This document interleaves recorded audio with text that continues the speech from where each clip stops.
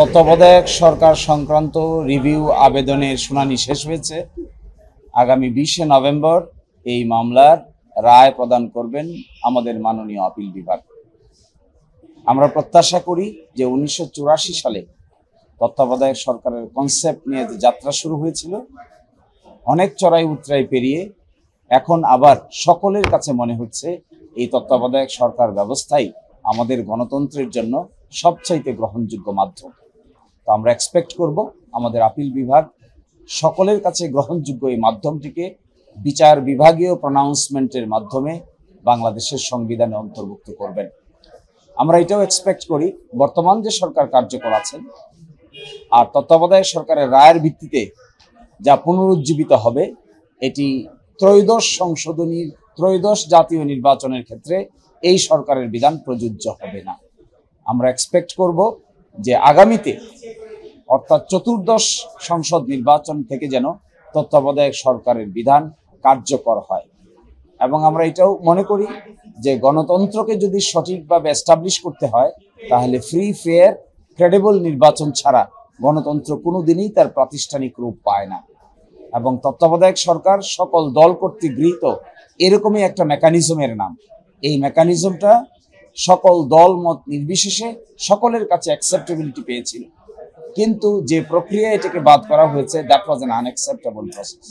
আমরা মনে করি এবং আমাদের পক্ষ থেকে আরেকটা এক্সপেকটেশন হলো সুপ্রিম কোর্টের যে রায়টি ঘোষণা হবে, এই রায়ের ভিত্তিতে বাংলাদেশের জাতীয় জীবনে একটা স্বস্তি ফিরে আসবে এবং ভবিষ্যতে আর কোনোদিন কেয়ারটেকার গভর্নমেন্ট এবং নির্বাচন প্রসেস নিয়ে আমরা কেউই যেন আর অনিশ্চয়তায় না ভুগি।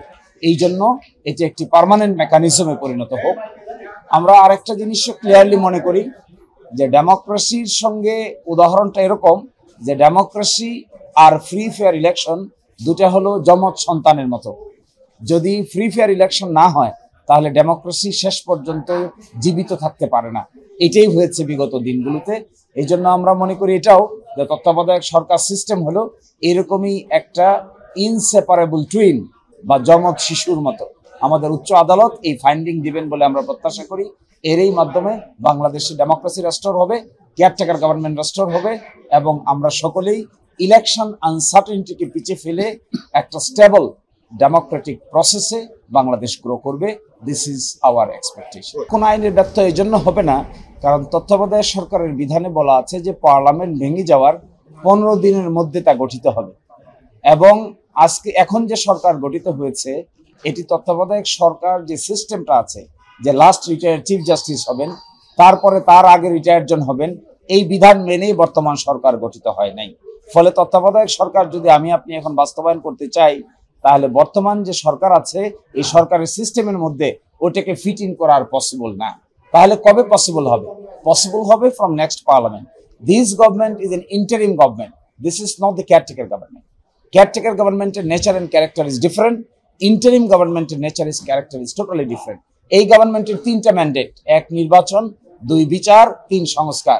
কেয়ারটেকার গভর্নমেন্টের সামনে কোনো এজেন্ডা থাকে না, শুধুমাত্র রুটিন কাজ করতে পারেন এবং ফ্রি, ফেয়ার, ক্রেডিবল ইলেকশন আয়োজন করতে পারেন। তারা সংস্কারও করতে পারেন না, বিচারও করতে পারেন না এবং তারা কোনো ধরনের নির্বাচন ছাড়া আর কোনো কিছুতে হাত দিতে পারেন না। ফলে this government and caretaker government is two different dimension.